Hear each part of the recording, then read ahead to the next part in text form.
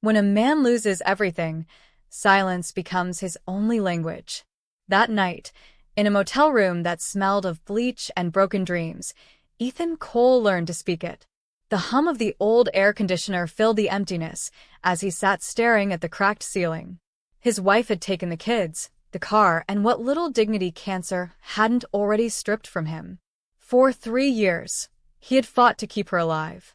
3 years of hospitals, debts, and sleepless nights. It had cost him nearly $300,000 and a piece of his soul. When Lydia, his wife, finally beat cancer, Ethan thought they had conquered it together. He imagined their story would be one of love and survival. But instead, Lydia came home, looked at him with cold detachment, and said, "I want a real man now." The words struck harder than any diagnosis ever had. Then she laughed, not loud, but sharp, like glass cracking in winter. Ethan stood frozen, unsure if he was hearing right. "A real man," he whispered. "After everything I've done?" Lydia shrugged, slipping off her wedding ring. "You were good for the sickness part," she said. "Not for the living." Her family, the same people who ignored Ethan's calls when he begged for help with her chemo bills, suddenly reappeared. They brought smiles, hugs, and silent approval for her decision. The divorce papers arrived soon after, clinical, cold, and precise. Half of what little he had left went to her. Full custody of the children. Her new boyfriend was her lawyer. That irony burned worst of all. Ethan moved into the motel that night. Room 17. 1 bed, 1 chair, 1 man trying to hold on to what was left of himself. He spent hours staring at his reflection in the mirror, wondering how love could rot so quietly. Then came the knock, soft, 2 taps, hesitant. He frowned. "Probably management," he muttered, getting up.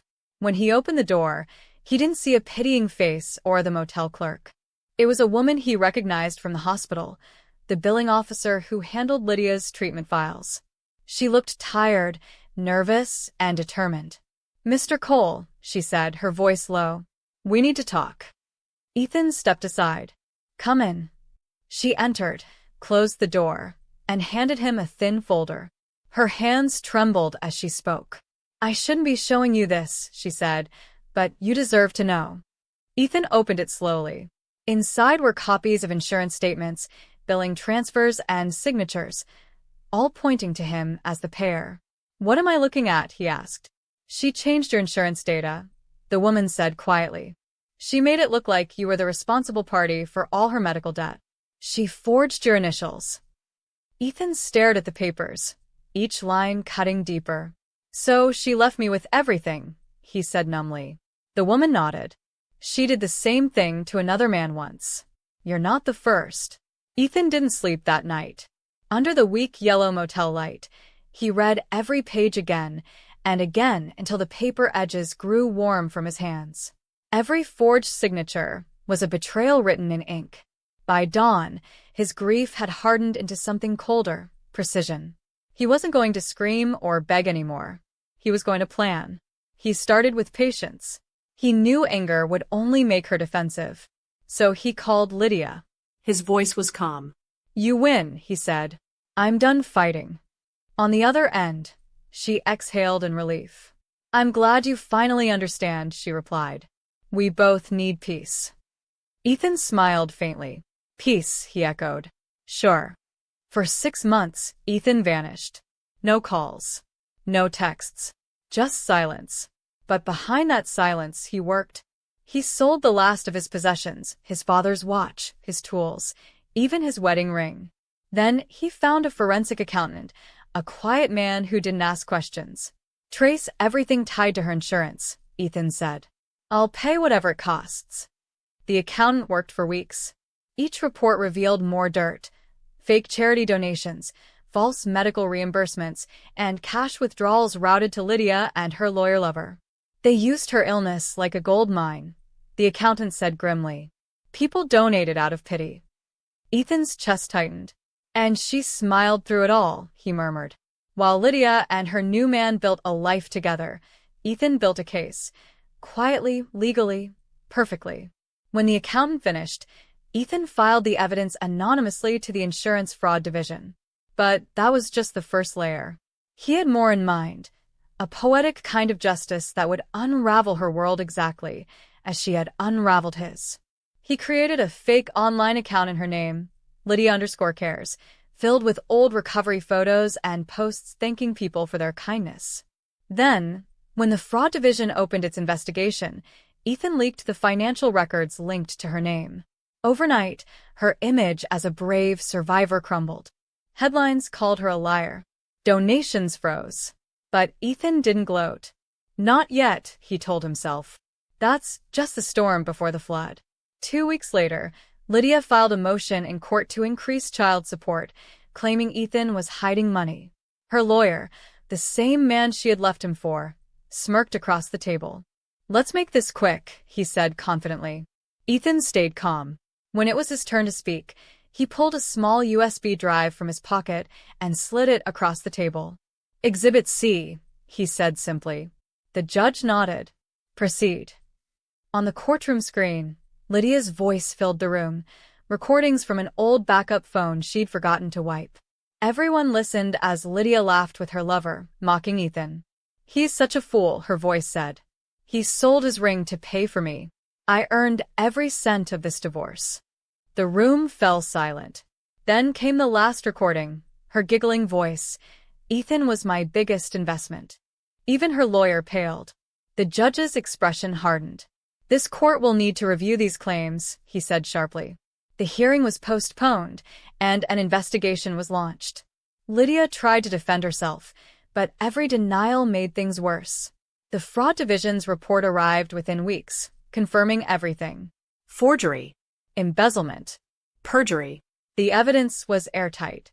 Her lawyer lost his license. Lydia lost custody. The house they built together was seized to repay stolen funds. The media swarmed her doorstep, cameras flashing as she cried for sympathy that no one believed anymore. Ethan didn't celebrate. He packed his few belongings and drove to see his children. When he reached the school gates, his daughter spotted him first. "Daddy," she screamed, running into his arms. His son followed, laughing through tears. For the first time in years, their hugs felt free, no lawyers, no papers, just family. Ethan held them close, whispering, "I missed you every day." That night, after putting them to bed, he sat on the porch, the sound of their breathing floating from the open window. He stared at the stars and thought about the woman he once loved. "Maybe she died the day she stopped being kind," he said quietly. Revenge hadn't healed him, but truth had. He visited the hospital months later, standing outside the oncology ward where everything had begun.